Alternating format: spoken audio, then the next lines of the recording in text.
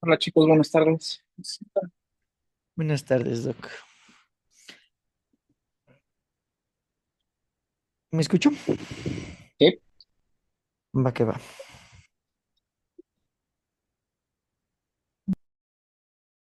déjame nomás mando un mensaje terrorista.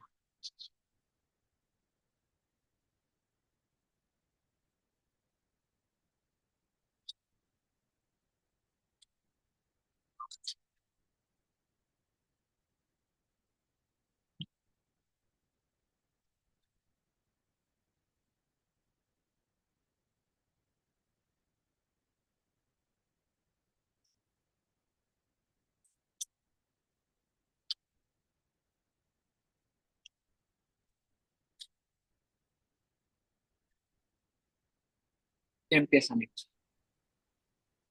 Ok, entonces déjeme, hago grande la pantalla y vamos a empezar. ¿Sí se logra ver mi pantalla completa? Sí, perfecto. Ok, nada más deje...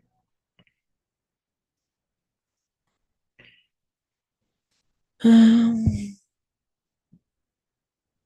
ay, no puedo quitar estos controles. Bueno, buenas tardes a todos. El día de hoy vamos a intentar resumir de manera concisa la forma en la que los estudios experimentales se llevan a cabo y la estructura que la gran mayoría de ellos adopta para generar una estructura acoplada al método científico. Esta plática la intenté resumir de varias fuentes, sin embargo, muchas de ellas no han cambiado a lo largo en cuanto a su estructura, por lo tanto, las fuentes que vemos en las diapositivas son algo con algunos años de antigüedad. Sin embargo, hablando de años de antigüedad, pues sí me gustaría empezar a explicar esta plática sobre quién fue el primer genio al que se le ocurrió tener una estructura ante un estudio experimental. Mi nombre es Brian Bernal Alférez, soy residente de tercer año de medicina interna del Centro Médico Nacional 20 de noviembre y quiero comenzar con este gran señor y doctor y marinero James Lind, que vivió entre 1716 y 1794. El marinero y doctor James Lind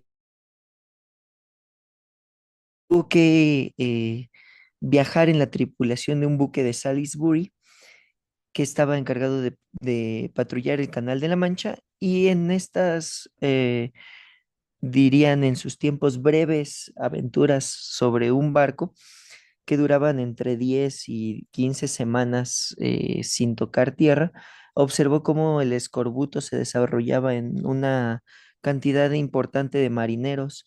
El, en la parte de abajo a la derecha veo lo que en sus tiempos era bastante común en estas tripulaciones sobre el escorbuto y las grandes manifestaciones que los días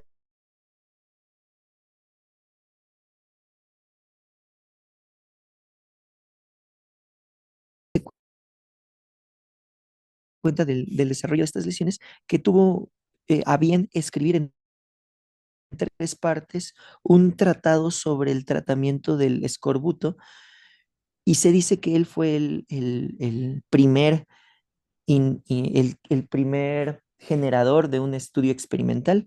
Lo que decidió hacer es tener a su tripulación a su cargo, dividida en dos de marineros, en donde a unos de ellos les daba dieta rica en frutas, rica en cítricos, limones y naranjas, así como vino y algunas infusiones de vinagre, mientras que a la otra mitad de los marineros les daba una dieta estándar, un pescado y que eh, disminuía o más bien daba nula cantidad de frutas y cítricos.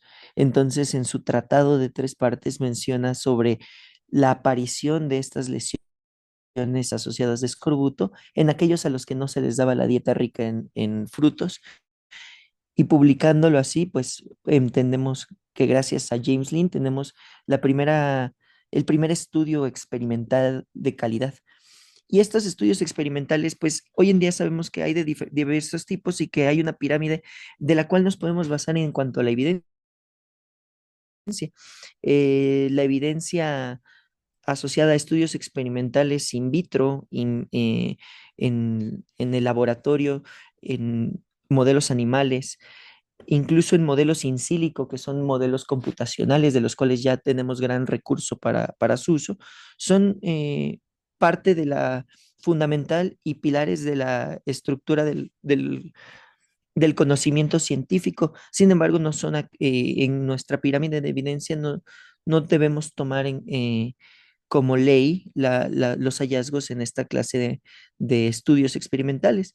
Sabemos que después de los estudios experimentales en el área médica, debemos de tomar en cuenta también a muy bajo grado la opinión de expertos y de algunas editoriales que se enfocan en diversos temas del área de la salud.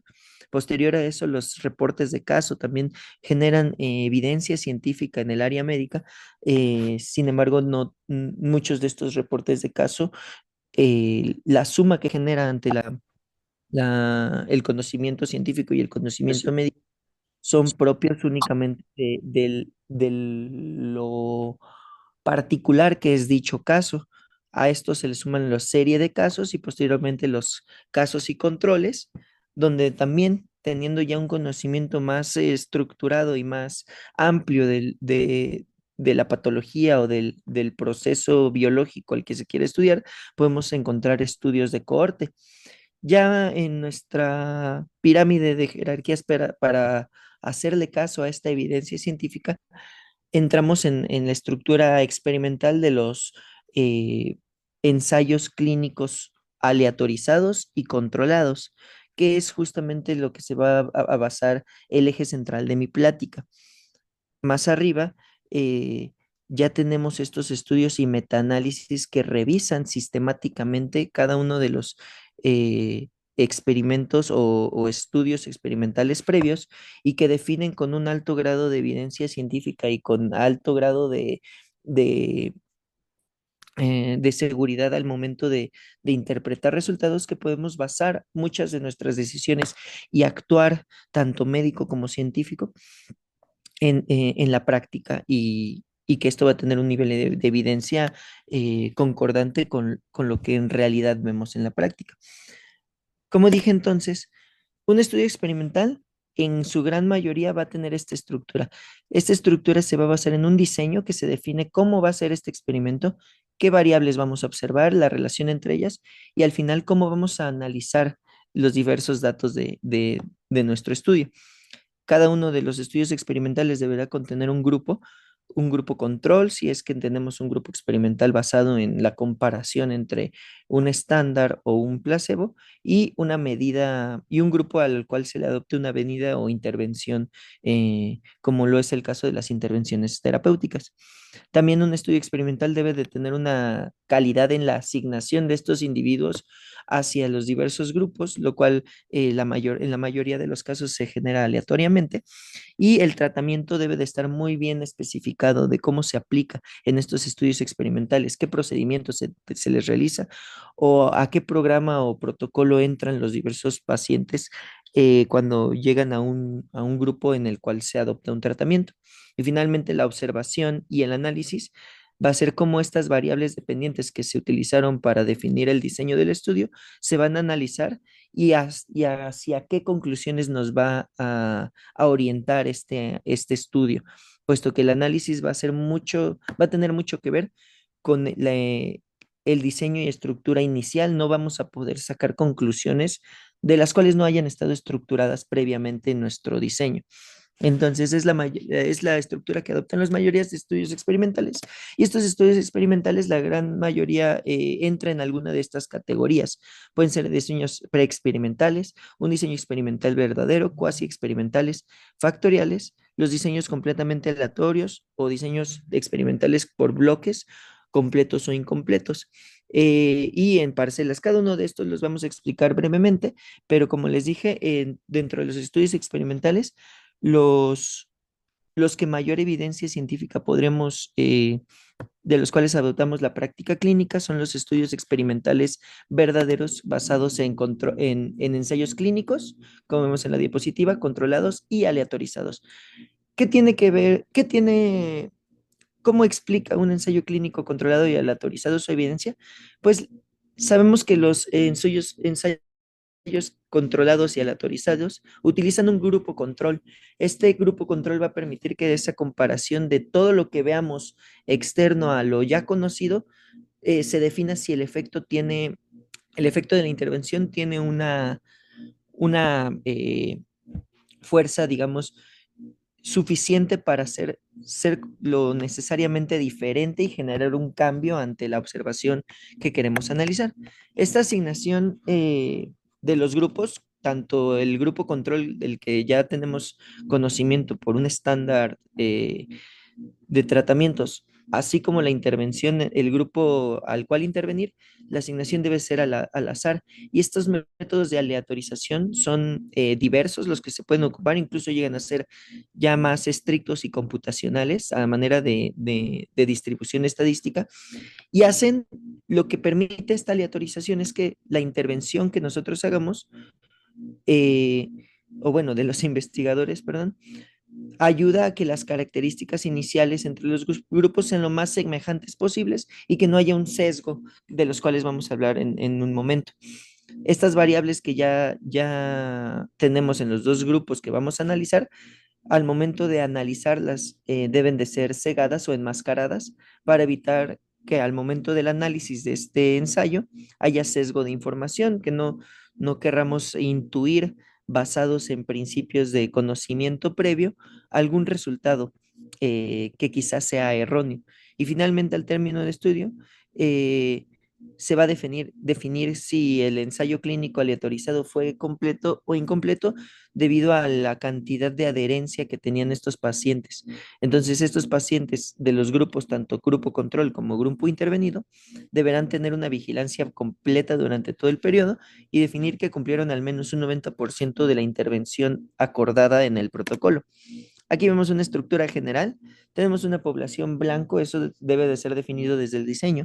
¿En qué población nos vamos a basar? ¿Cuáles van a ser nuestros sujetos de estudio? De esa gran población se obtiene una muestra, un muestreo que va a ser basado en probabilística, y esa muestra le vamos a generar una aleatorización para definir dos grupos. Esta es la forma más sencilla de estructurar un ensayo clínico aleatorizado. Se aleatoriza hacia el grupo experimental y hacia el grupo control y se evalúan las características basales de esos dos grupos y se definen en la demografía del estudio experimental, y posteriormente se realiza el seguimiento o la intervención para definir algún desenlace, ya sea esperado o un desenlace observado en cada uno de los grupos. Y posterior a esto se hace ya el análisis de las diferencias entre los grupos. Las ventajas que tiene un ensayo clínico aleatorizado es que, pues, como mencioné en mi pirámide de evidencia científica, la relación que tiene la causa y efecto en la intervención que observamos provee la mejor evidencia, siempre y cuando el diseño sea adecuado y que no tenga todos estos sesgos que se han ido mencionando. Este ensayo clínico controlado y aleatorizado deriva su nombre del control que se tiene sobre los factores que influyen sobre los sujetos asignados en uno u otro grupo. Entonces tenemos un mejor control de ellos. Y esta asignación aleatoria lo que hace es que equilibra los factores dependientes e independientes de cada uno de los sujetos reclutados para que esto no influya en un resultado que puede ser un factor de confusión. Entonces, cuando es aleatorizado, podemos aislar el efecto y entonces ya no tener un, una interpretación más amplia y errónea de la observación que queremos tener. Las desventajas es que, pues, la mayoría de estos ensayos clínicos, y no decimos que la restricción ética sea una desventaja propia del estudio, sino de que es que la mayoría, cuando se encuentran en un ensayo clínico aleatorizado, están sujetas a que por estas restricciones éticas puedan ser estudios abortados, estudios que no cumplan durante todo el ensayo, puesto que a veces las observaciones para uno u otro grupo pueden ser no benéficas, generar una condición de no beneficio y por eso no podríamos continuar con el estudio. Habitualmente suelen ser también estudios que generan unos criterios de inclusión muy estrictos, los cuales generan eh, una población, un muestreo de población muy seleccionada y quizá cuando interpretemos los resultados y queramos traspolarlos, no sea muy generalizable en los resultados. También esa genera una gran desventaja que nosotros lo hemos visto a lo largo de la revisión de diversos artículos de gran impacto, pero que son muy restringidos, son a poblaciones evaluadas. Y usualmente también las intervenciones tienen varias pautas rígidas que a veces en la práctica no son tan asequibles y dificulta que la generalización de realizar esta intervención en la vida real y que obtengamos los mismos resultados que el estudio no sean lo suficientemente concordantes. En general, pues solamente los ensayos clínicos aleatorizados usan una única intervención, esto es algo muy concreto, algo muy definido en los criterios de inclusión para esta población, se le da una única intervención y entonces se espera un único resultado. Y quizá esto no contemple todo el contexto patológico en lo que la mayoría de los pacientes y en la práctica se ven embebidos. Y finalmente, pues el costo. También la realización de un ensayo clínico aleatorizado, por su misma estructura, depende de un alto costo y la duración que este estudio tenga va a ser un punto a tratar por la complejidad del protocolo para permitir que se lleve a cabo o no, siempre y cuando se tenga el recurso. Aquí vemos varios subtipos de ensayos clínicos aleatorizados. En la primera imagen vemos el clásico que les mencionaba sobre la aleatorización de unos participantes hacia el grupo experimental y hacia el grupo control con una intervención única y que se analiza.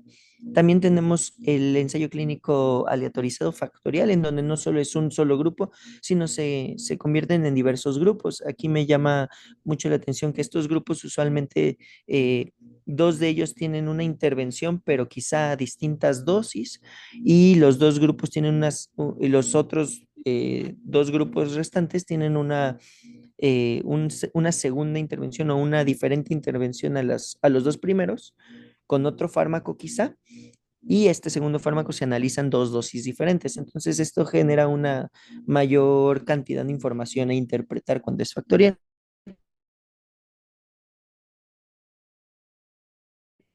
Clínico aleatorizado cruzado, en donde se genera un ensayo clínico clásico y al generar la intervención se hace la medición en uno de los dos grupos y posterior a un breve periodo de lavado, estos mismos sujetos o participantes seleccionados pueden cambiar del grupo control al grupo intervenido o del grupo A al grupo B y generar nuevamente una intervención ahora del distinto grupo para generar un segundo análisis de cómo responden estos pacientes a un cambio del grupo y de la intervención. Y algo bastante interesante que no lo vemos muy seguido es el ensayo clínico ND1. ND1 se jacta de ser un estudio donde los participantes seleccionados tienen unas características muy propias, muy esenciales para su misma población y se genera una primera intervención eh, y se generan múltiples intervenciones a lo largo del tiempo y después de cada intervención, de la primera intervención, se hace el análisis de ese mismo sujeto y posterior a un periodo de lavado, una siguiente intervención y sucesivamente hasta observar distintos resultados en el mismo sujeto. Y esto permitiría pues saber clínicamente la evolución a grandes, bueno, a largos periodos de tiempo con diferentes fenómenos terapéuticos que se pueden encontrar mediante el cambio de las intervenciones en un solo sujeto. Después de hablar de que existen estos ensayos clínicos aleatorizados, pues sí tenemos que definir cuáles son los diseños cuasi experimentales, puesto que estos tienen una característica de intentar ser eh, grupos asignados a ciertas intervenciones, pero la característica es que estas intervenciones no contienen o no requieren de un grupo control. Usualmente los diseños cuasi experimentales tienen un menor tiempo de reclutamiento y del diseño, porque quizá el proceso para generar su protocolo es menos riguroso y los participantes suelen no tener la necesidad de ser tan finamente seleccionados. Es posible que los tiempos para medir también la- los fenómenos o el efecto del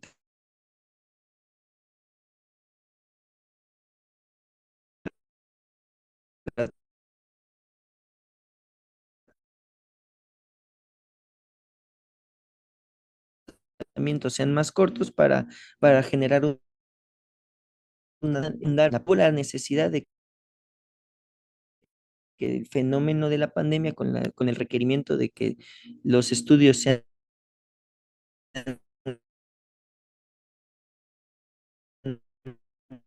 más breves, más cortos. Eh, Fueron estudios que intentan recrear este ambiente natural de la situación, los llamamos de vida real, y esto es porque la selección de sujetos no requiere, o más bien la no selección de sujetos con un fin establecido, no se requiere para este diseño de investigación o estos protocolos de investigación. Como dije, no hay un control tan estricto en cuanto a la selección de pacientes y cuando se miden las variables que se generaron posterior a la intervención de estos resultados, tampoco eh, las, eh, la- las observaciones tienen que ser tan estrictas. Son más baratos, los costos se reducen puesto que los grupos controles no requieren de, de mayores intervenciones o no requieren de una observación quizá tan a largo plazo y entonces esto ayuda a que al ser más baratos y más asequibles eh, al momento de realizarse, no tengan que contar con tanto recurso económico para su realización. De estos también tenemos varios tipos. Los cuasi experimentales pueden tener un grupo control no equivalente. Esto quiero que hagan el, el análisis de que muchos de estos grupos pueden no ser comparables entre sí. Por ejemplo, el análisis de una intervención en un grupo de una enfermedad no grave a una enfermedad grave. Entonces, no, los desenlaces del grupo que tiene la enfermedad grave quizás sean muy distantes y no es equivalente a las comparaciones que tenemos, pero a veces así se realiza. También tenemos cuasi experimentos de un grupo. Este mismo grupo se evalúa no tiene un grupo control, es un solo grupo que se evalúan sus variables previas a la intervención y después de la intervención y intentan generar asociaciones y resultados basados en esta única intervención de este único grupo. También se pueden hacer con un solo grupo series temporales de repetidas mediciones. Estas series temporales también pueden ser de dos intervenciones o más, donde nuevamente es un mismo grupo, se evalúa a nivel basal, después una intervención y posteriormente a la primera intervención generar una nueva intervención generando dos resultados distintos. Y los de series temporales interrumpidas es donde se obtiene un mismo grupo que se analiza en dos momentos diferentes desde el reclutamiento y no necesariamente hubo una intervención entre esas dos iniciales mediciones. Posteriormente se hace la intervención y se generan los análisis de las series temporales posterior a la intervención. Entonces, bueno, todos estos cuasi experimentos tienen una, una gran desventaja y es lo que se menciona en la diapositiva en la parte inferior. Estos cuasi experimentos son ampliamente o altamente susceptibles a generar asociaciones espurias. ¿Qué queremos decir con asociaciones espurias? Es que al tener una incapacidad del investigador de controlar su selección de población, todas las variables que se muestran son diversas y quizá esto impide demostrar de forma válida que la intervención que el investigador hace sobre su población es la única responsable de un resultado de interés. Esto quiere decir, muchas veces al ser tan heterogénea la población en la que me encuentro, puede haber diversos factores confusores que al momento de generar mi intervención yo el resultado no lo puedo asociar directamente a esa intervención. Entonces, esa es una, si yo quiero hacerlo, eso sería una asociación espuria. Para determinar entonces de manera paso a paso, si nosotros queremos recrear algún estudio, ya sea ensayo clínico o un cuasi experimento, pues la conducción del estudio requiere inicialmente una pregunta de investigación. ¿Qué objetivos el investigador tiene en mente y que estos objetivos sean cuidadosamente seleccionados para definir qué es lo que se busca de los resultados del estudio? Esto ya deben de ser propuestos por adelantado. Y finalmente, en esta conducción del estudio, yo debo manifestar qué intervención de manera muy clara y de manera muy específica voy a generar sobre esta población elegida, y claramente debo de someter a toda esta población a una evaluación basal, saber de qué población estoy hablando inicialmente para llegar a conducir este estudio y entonces generar la intervención ya claramente definida. Nuestra población de estudio también debe estar definida por adelantado. Ya debe de existir en el momento en el que nosotros queremos realizar un estudio clínico unos criterios de elegibilidad que llamamos los criterios de inclusión. Estos deben ser precisos, deben de ser absolutamente determinados de la manera más clara posible para saber a quién se le va a generar la intervención y de quién vamos a extrapolar estos resultados. Esta población debe de tener ya un procedimiento al cual se le va a generar para el reclutamiento o enrolamiento de estos pacientes. Y para esto hay múltiples estrategias que permiten cierta flexibilidad, pero al mismo tiempo esta población o este muestreo eh, siga siendo homogéneo para el análisis. De esto mismo también debemos de hablar que muchos de nuestros estudios para determinar una suficiente fuerza de evaluación al momento de hacer el análisis, necesitamos un adecuado tamaño de muestra. El tamaño de muestra o el tamaño de la proporción o la porción, perdón, de la población que tomamos debe de ser suficiente para obtener algo llamado poder estadístico. Este poder estadístico va a ser lo que nos indique que las diferencias entre los grupos que determinamos sea lo suficientemente tajante para que derivemos de estas observaciones los resultados con significancia adecuada. Habitualmente, para cualquier tipo de estudio, debemos de tener mínimo la información siguiente. Eh, Debemos de saber cuál es nuestra probabilidad alfa y probabilidad del beta. Esto en todos los estudios se refiere a la cantidad de tolerar un error de tipo uno y de tipo 2. Ahorita hablamos al respecto de esto, pero siempre y cuando que tengamos en cuenta que nuestro estudio va a tener una posibilidad de falsos positivos y de falsos negativos, tenemos una desviación, una población a la cual obtener y derivar de ahí este, una normalidad, una distribución con normalidad para poder definir si nuestra población va a estar sujeta a estos dos tipos de errores. La probabilidad alfa, como digo, es aquella que define la tolerancia que tenemos para el error tipo uno. Esto quiere decir que en alguno de nuestra población, cuando analicemos los resultados, va a encontrarse algún falso positivo, perdón, un falso negativo. Un error de tipo alfa o un error tipo uno establece que quizá en algún momento eh, rechacemos la hipótesis nula. Y esto quiere decir que cuando generamos el diseño del estudio y nuestra hipótesis nula, muchos de las intervenciones que hagamos caen en este pequeño grupo de error y falsamente rechazamos una hipótesis la cual era verdadera. Y ese es el error tipo uno. Entonces, mientras mayor poder estadístico tengamos, menor va a ser la cantidad de estos falsos negativos y mayor la capacidad que tengamos eh, de detectar con una mejor posibilidad nuestros verdaderos positivos. Esto se estima por esta gráfica. Miren, la probabilidad para detectar la diferencia cuando realmente sí existe una diferencia es el poder de la prueba. Esto queremos tener entonces que nuestro estudio tenga una certeza mínima. se establece por una expresión que llamamos uno menos beta, que usualmente en los diversos ensayos clínicos la reportan de 0,8 a 0,95. Su expresión suele ser fácil en forma porcentual y quiero que vean la gráfica para ponernos un ejemplo. El poder para detectar una diferencia depende de el tamaño de la muestra. Entonces, en el eje de las ordenadas tenemos el poder de uno menos beta expresado en porcentaje, y esto quiere decir qué tanta certeza vamos a obtener de los resultados analizados. Sí, y en el eje de las abscisas, en las X, tenemos el tamaño de la muestra para cada grupo. Si nuestra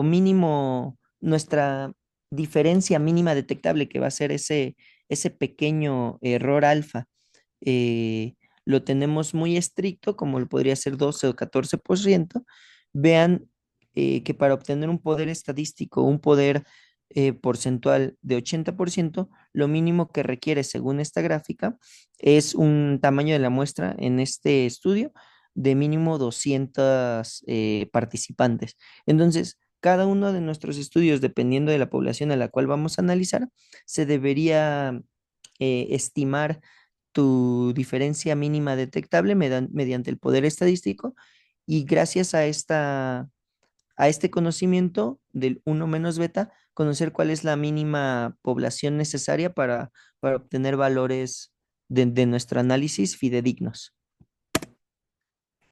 Cuando reclutamos dentro de la población, a diversos participantes de nuestro estudio, es conveniente siempre reportar la fecha en donde se realiza el reclutamiento y el periodo en donde se realiza dicho estudio.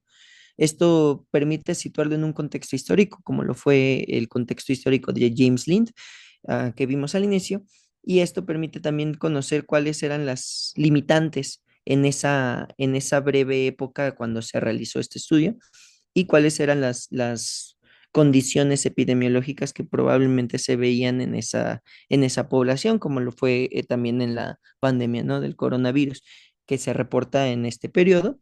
Nuestras determinantes o nuestros variables a analizar están evaluados dependiendo de ese contexto. Y también debe reportarse el tiempo hasta que suceda algún determinado evento. En muchos de nuestros estudios que analizamos, este conocimiento del tiempo de reclutamiento hasta el periodo donde sucede el evento se conoce como desenlace. Y muchos de estos desenlaces son variables que se pueden analizar, como por ejemplo la muerte. Por ejemplo, hemos visto varios artículos donde desenlaces tienen que ver con algún riesgo de hospitalización o algún riesgo de infección o algún riesgo eh, de generar dicho evento clínico. Y en este periodo se reporta el seguimiento que tuvo y debe ser cuantificable y analizable para todos los diversos participantes. Y este estudio usualmente termina en esta fecha predeterminada para evaluar todos estos desenlaces. Cuando hablamos después del reclutamiento y hablamos ya de la asignación aleatoria, debemos de entender que tenemos varias maniobras, y estas maniobras lo que pretenden hacer es dos o más grupos equivalentes entre sí para el análisis del estudio. Varios de estos factores que inicialmente se ven al momento del reclutamiento son necesarios de analizar y de distribuir adecuadamente para que no haya si existiera, perdón, una mala distribución de estos grupos, quizá un factor de riesgo conocido pese más en un grupo que en otro, y eso altere la forma en la que contemplemos los resultados. Entonces, la asignación aleatoria debe de tener como fin que la única variable que haga diferente a los dos grupos establecidos en el estudio es la intervención que están recibiendo. Todo lo demás, desde que se reclutaron hasta que se analizó la demografía y todos los factores y variables dependientes e independientes de cada uno de estos grupos, debe de ser igual. Y esto minimiza el sesgo de asignación, garantiza que varias de nuestras pruebas estadísticas tengan significancia válida. Debe definirse justamente al momento de escribir el protocolo cómo se generó esta secuencia de asignación. Al inicio o de manera muy arcaica, Existían estudios que hablaban del heads and tails, que era pues generar un 50-50 de probabilidad de permitir que el participante estuviera en un grupo o en otro, el grupo de control o el grupo de intervención. Y esto, pues, como dije, de manera muy arcaica, hacía una distribución, pues, algo sesgada. Posteriormente existieron tablas de números aleatorios, funciones de números en programas informáticos para la asignación de grupos, y esto cada vez se fue volviendo más complejo para determinar la mayor calidad en la asignación de los grupos. Todo esto se debe de documentar y de protocolizar desde un inicio.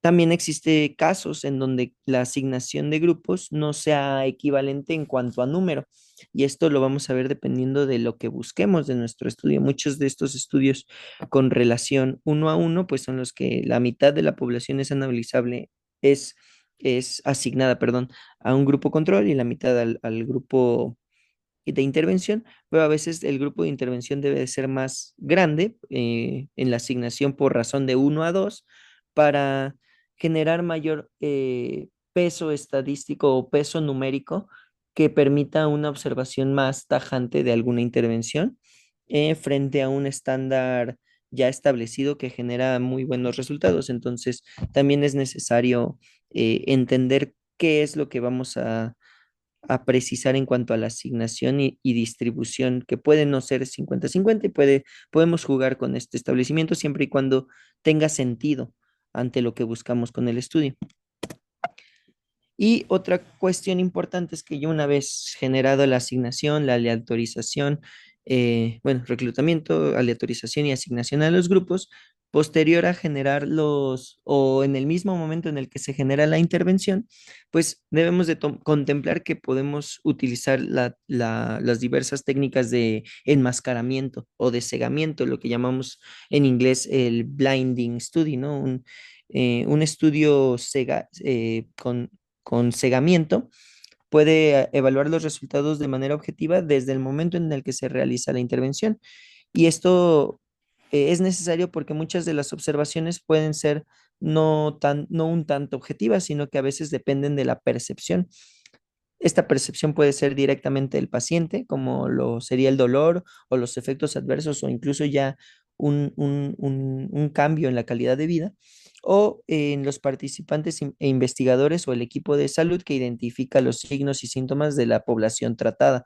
Y ya teniendo este sesgo preestablecido de conocimiento previo, pues podría modificar entre varias cosas la forma en la que se analizan los resultados. Por eso es importante que los participantes desconozcan a qué grupos sean asignados, si ya es el grupo control o el grupo de la intervención que están recibiendo. Esto aquí es donde hablamos del placebo, el grupo control. Muchas veces los participantes deben de no conocer qué tratamiento están recibiendo y si este tratamiento es el grupo placebo o no.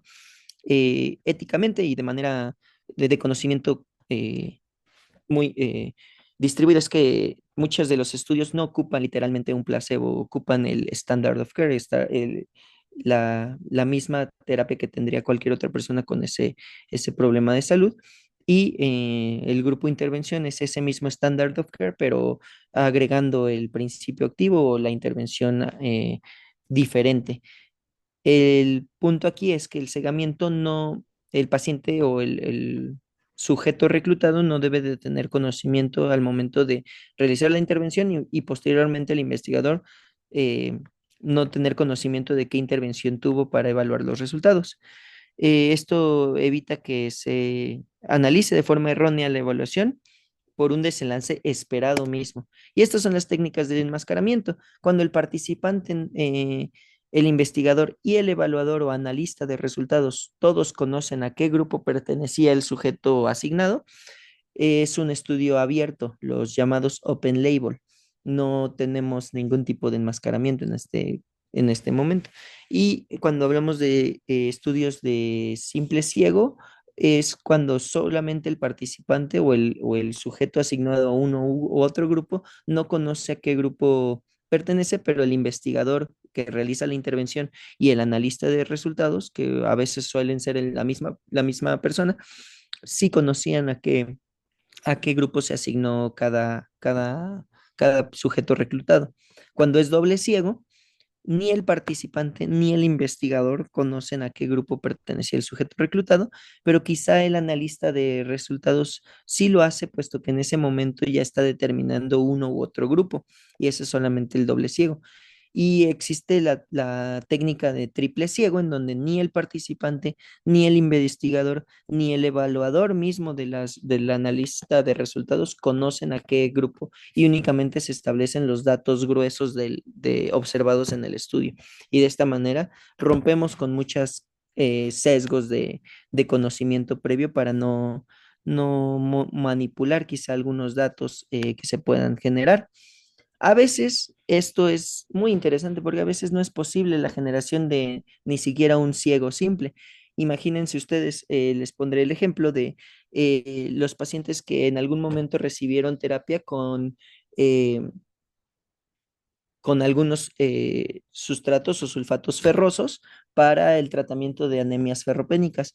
Era muy difícil que el participante no se diera cuenta de a qué grupo de intervención pertenecía, ya que el color de la bolsa de la intervención pues era negra por este principio activo, y el grupo control pues no tenía esta coloración, entonces prácticamente no existía ningún tipo de enmascaramiento por el simple hecho de que el principio activo era bastante evidente. Otra cuestión es a veces el aroma que genera el principio activo difiere bastante del placebo, y en este caso quizá los participantes no tengan un conocimiento adecuado, pero sí el investigador o el médico que se encarga de darle esta terapia asignada a diversos participantes. Entonces, cuando el mismo investigador da una u otra terapia que tenga eh, alguna sustancia muy característica con algún aroma característico, el investigador va a tener conocimiento de qué paciente tiene o no tiene el principio activo. Y entonces, a veces es imposible hacerlo desde la misma forma, el diseño puede estar establecido para tal enmascaramiento, pero no ser adecuado ya en la práctica. A veces tampoco es posible hacer el enmascaramiento cuando necesitamos saber por un riesgo preestablecido a tal terapia qué paciente tiene qué intervención.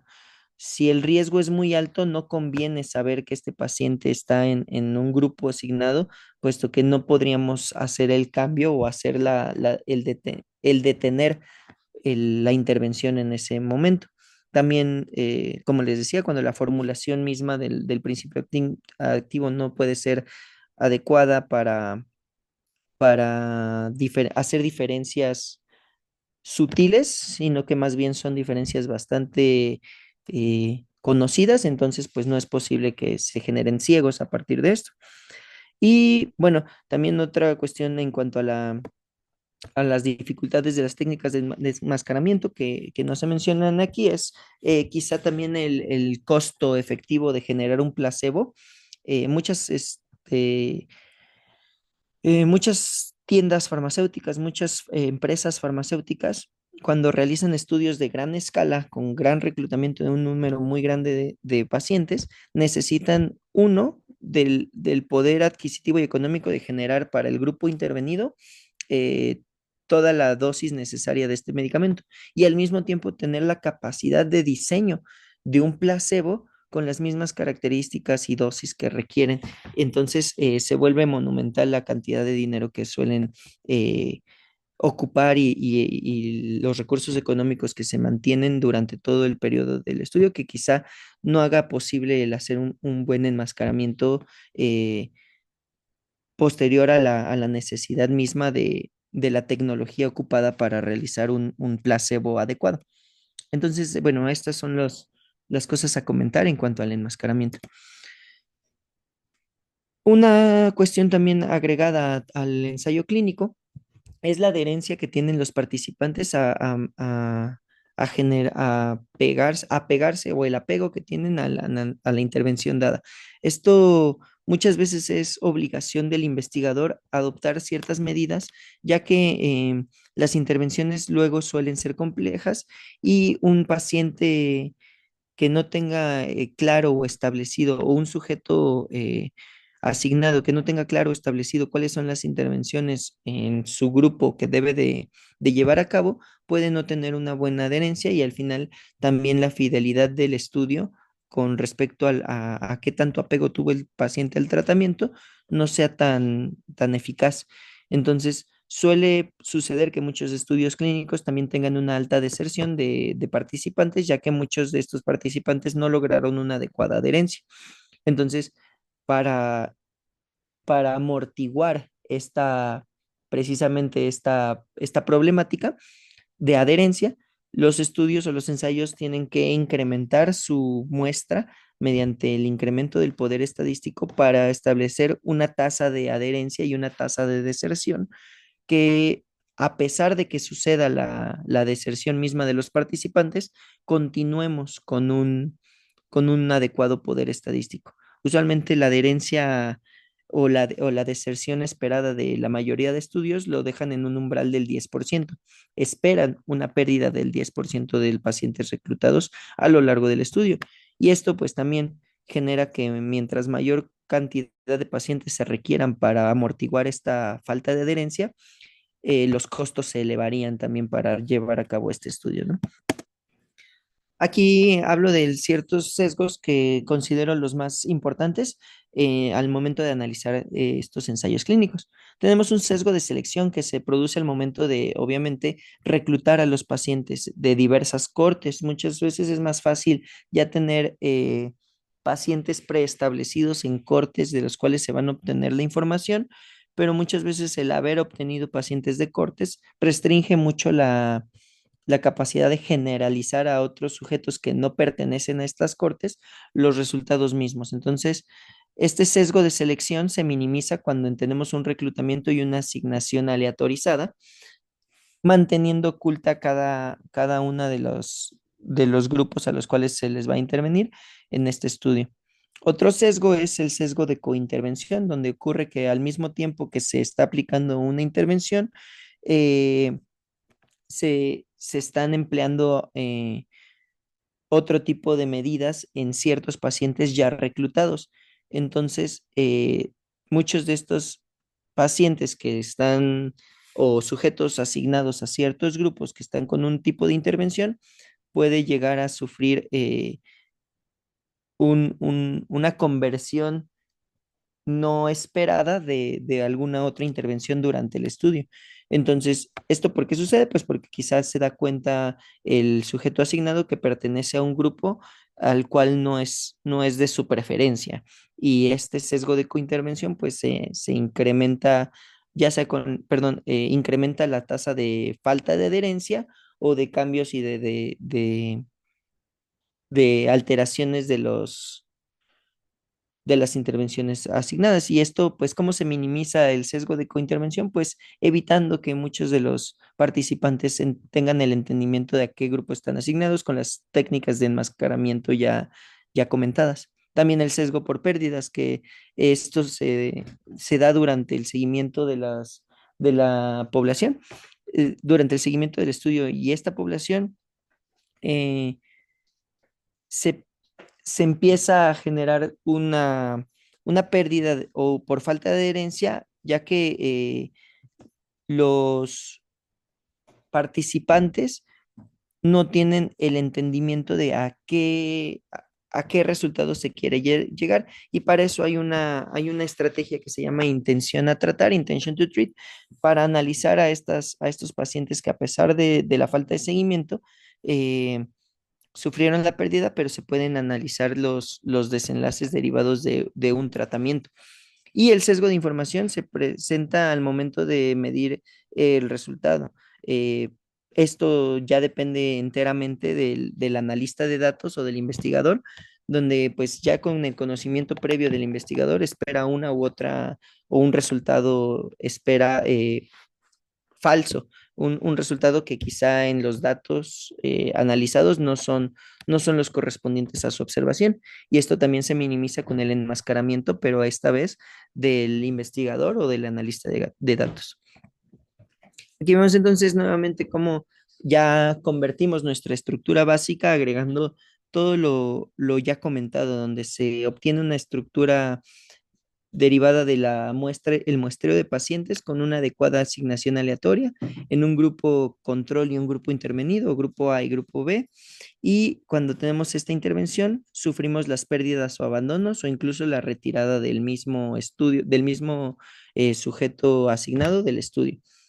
Cuando ya amortiguamos esas pérdidas, pues hay una respuesta que se observa y esa respuesta se analiza comparando con la respuesta del grupo contrario. Cuando tenemos esta comparación de grupos, pues se hace una interpretación de resultados y finalmente llegamos a una conclusión. Y esta conclusión es lo que nos va a definir nos va a definir el posible cambio a la estructura científica de ese fenómeno observado. Hablábamos entonces de este análisis, que es en el último paso, como mencionamos aquí, de la paso de la interpretación. Este análisis, cuando hablamos de la intención a tratar, es la que la mayoría de estudios ocupan. Es un método que analiza los resultados considerando a todos los individuos que se ingresan al estudio, incluso aquellos que desertaron. De acuerdo al grupo al cual fueron asignados, aunque no hayan cumplido el protocolo completo, pueden ser analizados estos datos siempre y cuando tengan en su protocolo la intención a tratar. Y esto permite mantener el balance de los factores pronósticos que se conocían de este grupo, que probablemente ya se sabía que iba a haber cierta falta de adherencia o deserción. Y esto también reduce la probabilidad del sesgo que mencionamos de no adherencia. Y otro análisis que se realiza es que es más estricto, es el análisis por protocolo. El per protocol análisis eh, permite basar la inclusión de todos estas observaciones en todos los sujetos que recibieron la intervención completa y únicamente en ellos de ellos es posible derivar conclusiones.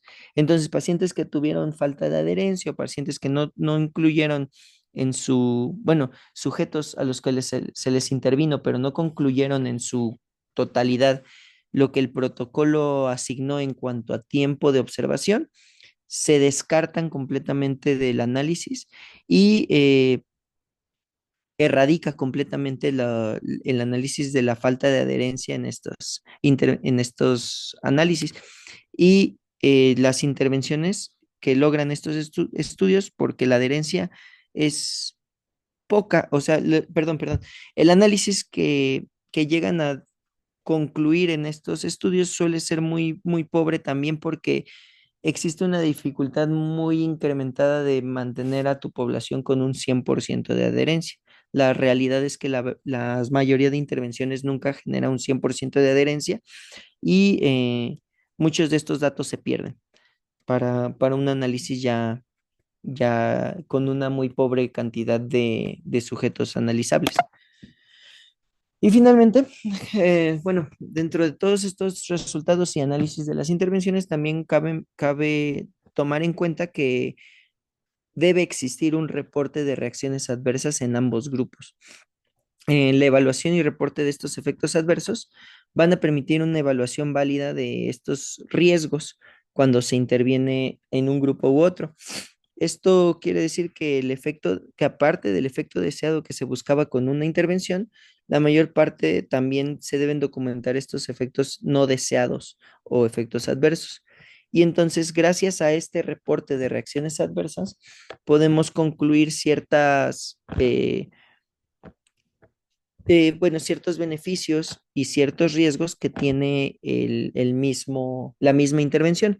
Si tomamos en cuenta que cada uno de los ensayos clínicos reporta tanto beneficios como reacciones adversas, al momento de decidir llevar a cabo una intervención en la vida real, en la práctica real, y tomamos en cuenta todos estos riesgos, estableceremos por un criterio propio la posibilidad de decidir llevar a cabo la intervención por el beneficio que supera los riesgos o decidir detenerse en el momento en el que nuestra población sea concordante con aquella población estudiada que tuvo la mayoría de reacciones adversas en los estudios reportados.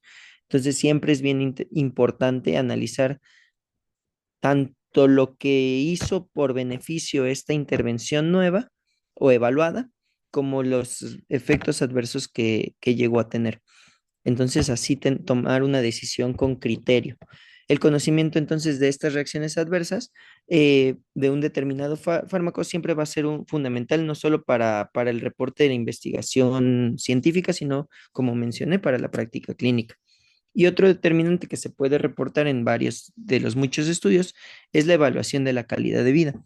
Muchos de los estudios clínicos aleatorizados obtienen sus resultados y sus observaciones a analizar mediante escalas determinadas de calidad de vida.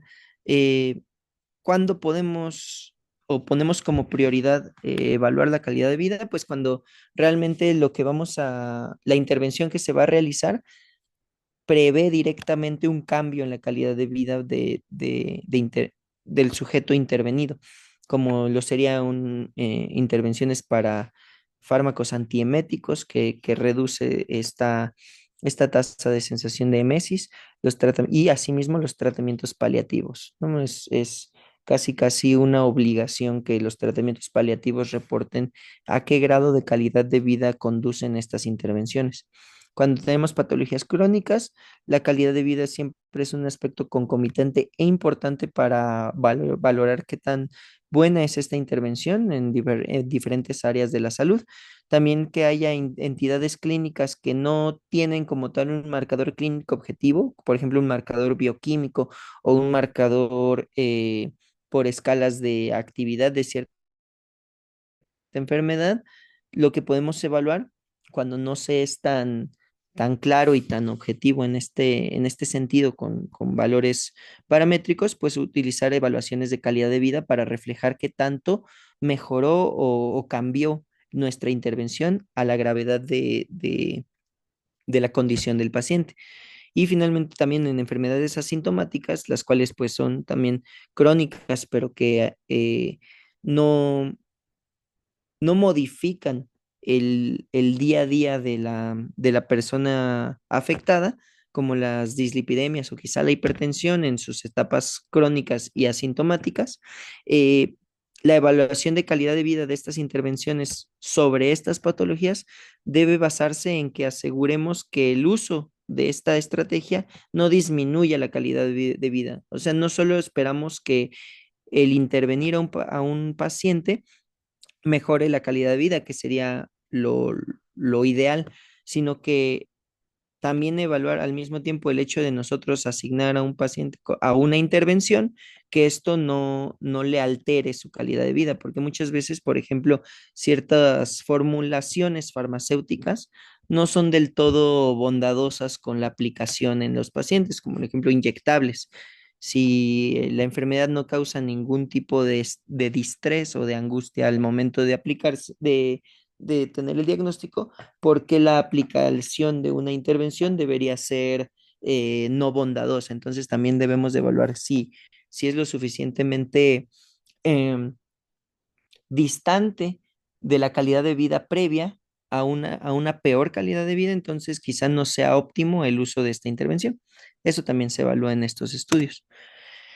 Y como dije, los aspectos éticos siempre van a estar definidos y bien establecidos por diversas normativas. Si en estas normativas pueden ser locales, eh, nacionales, si el instituto o el lugar en donde se está llevando a cabo la intervención tiene sus propios comités de ética con algunos protocolos evaluados para su centro que funcionen para mantener estos aspectos éticos, entonces todo se debe llevar al margen de estos mismos. Todo estudio clínico debe de ser eh,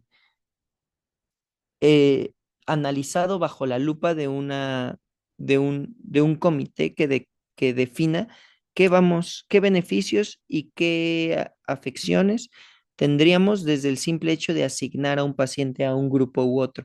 Y esto ya está escrito en la Declaración de Helsinki y sus enmiendas.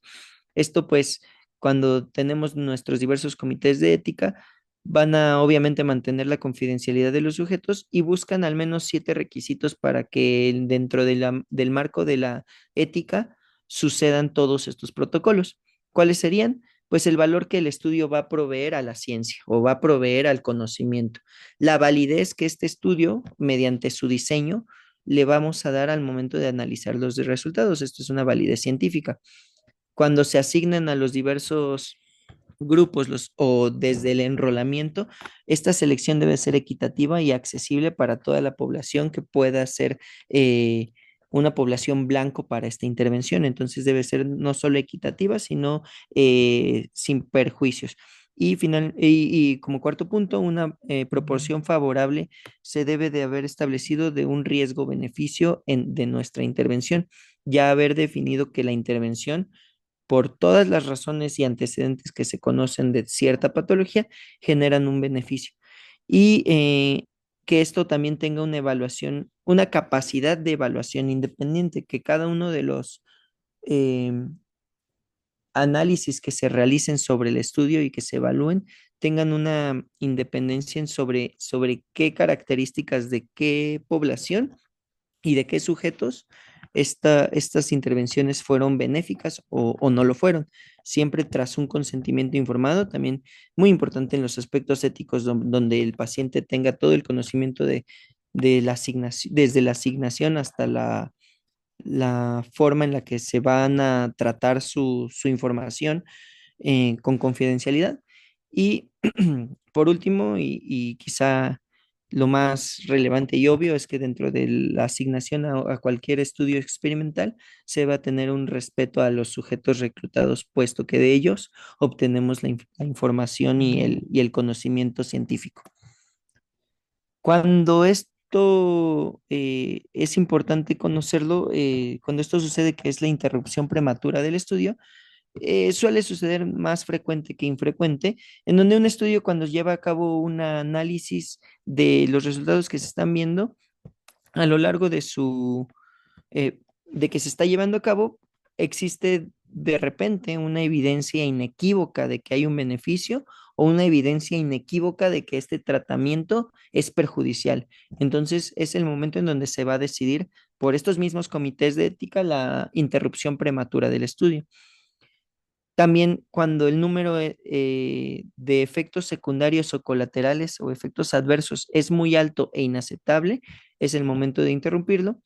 Cuando también tenemos ausencia de tendencias o probabilidad o una probabilidad alta de que haya nulo beneficio, también pues tendríamos la obligación o el comité de ética de detener el estudio.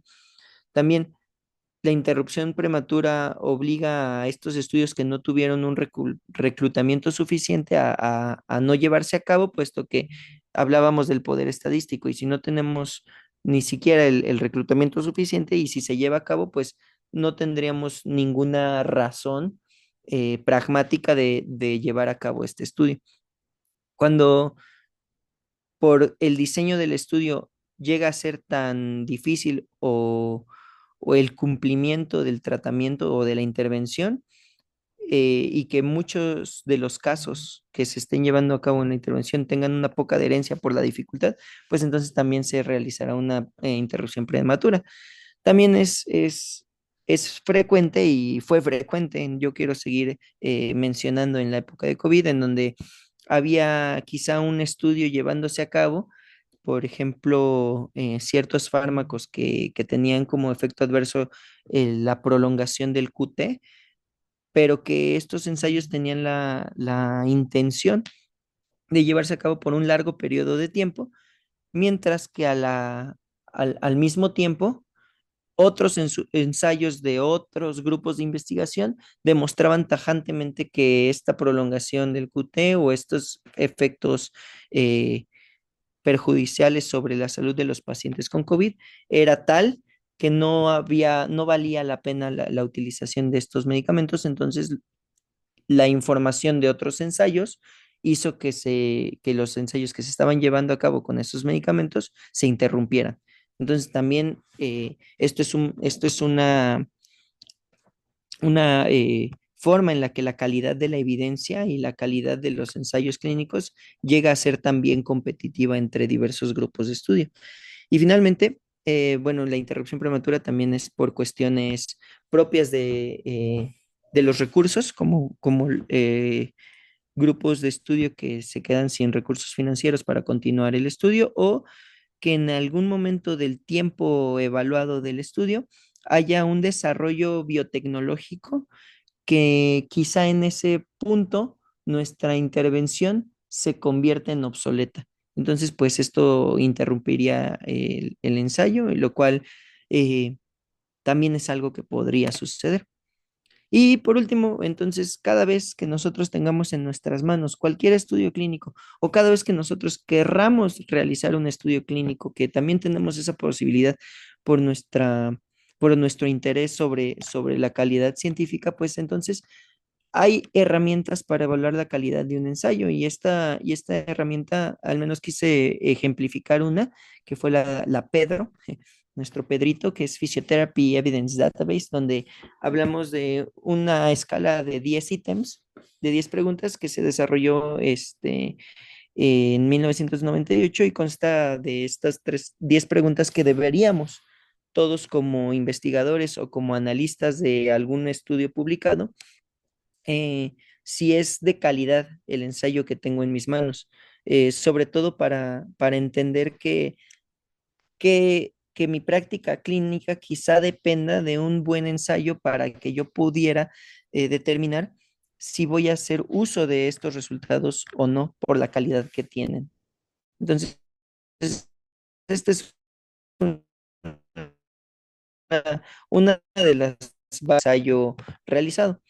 Y como última diapositiva, pues todo esto todo esto va a definir eh, en las diversas estructuras de los ensayos experimentales mucho del desarrollo que tenemos hoy en día para determinar qué tratamientos tenemos. Y no olvidemos esta gráfica lineal de que muchas de las terapias que hoy en día existen, desde su descubrimiento hasta sus diferentes fases,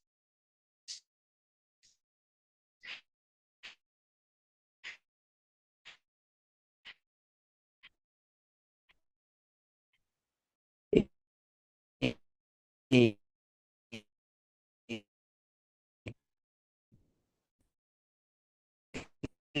clínicas y preclínicas,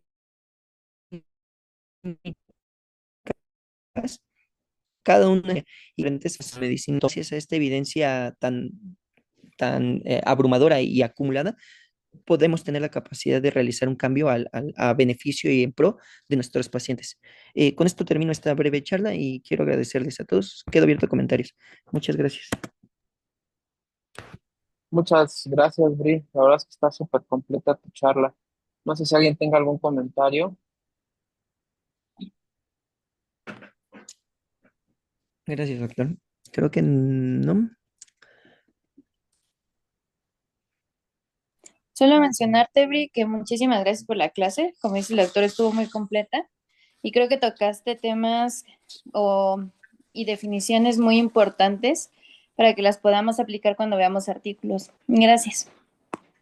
Sí, Sari, muchas gracias a ustedes por escucharme. También creo que es importante, como les dije, estamos en nuestra formación de un lado de de la moneda o un lado de un equipo, ¿no? Que es el analizar los estudios de otras personas. Pero estando en este posgrado, creo que tenemos incluso hasta la oportunidad de aplicar y ponernos del otro lado. Ahora nosotros nos toca ser los investigadores, nosotros nos toca generar con nuestras tesis aplicar pues esta clase, esta breve clase. Y eso a mí me emociona. Claro, por supuesto. Nada más que ahí sí, y por eso se les pide que se genere el protocolo de investigación desde el primer año de la especialidad, porque nadie experimenta en cabeza ajena, pero la realidad es que todo el mundo cree que 4 años son muchos años.